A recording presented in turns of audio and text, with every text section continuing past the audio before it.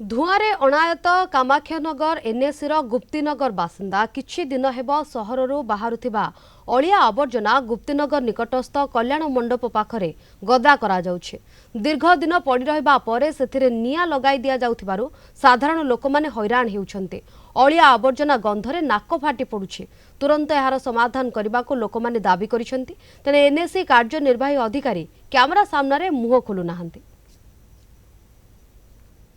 आज्ञा आमको तो ये जहाँ घर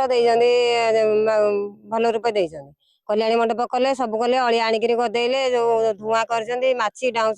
सब हो घर भितर पशिला आम शोई बसी पारुनु कि कौन करूँ आप बुझे असुविधा सब किसी हो माने ड्रेन धरिकी अलिया ठू धरिकी घर ठू धरिकी आज्ञा सब असुविधा हो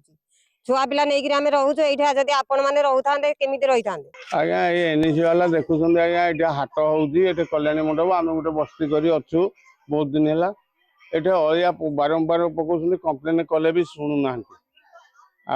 निया पुणी आज लगे छोट छुआ धरी आम कि घरे रही अलिया दलिया कुकुर मला कुकुर आदि सब आनिक पकाउं गंधरे भी आम रही पारुनु तापर जो अईठा खोली आदि भी घर भितर पशुची है सब आनिक पकाउं आम भी रही पार्नु कि शुई पार्नु कि खाली इड सियाड़े बुलुचु दिन राति आ कौन करूँ धुआं आज कहीं कौन।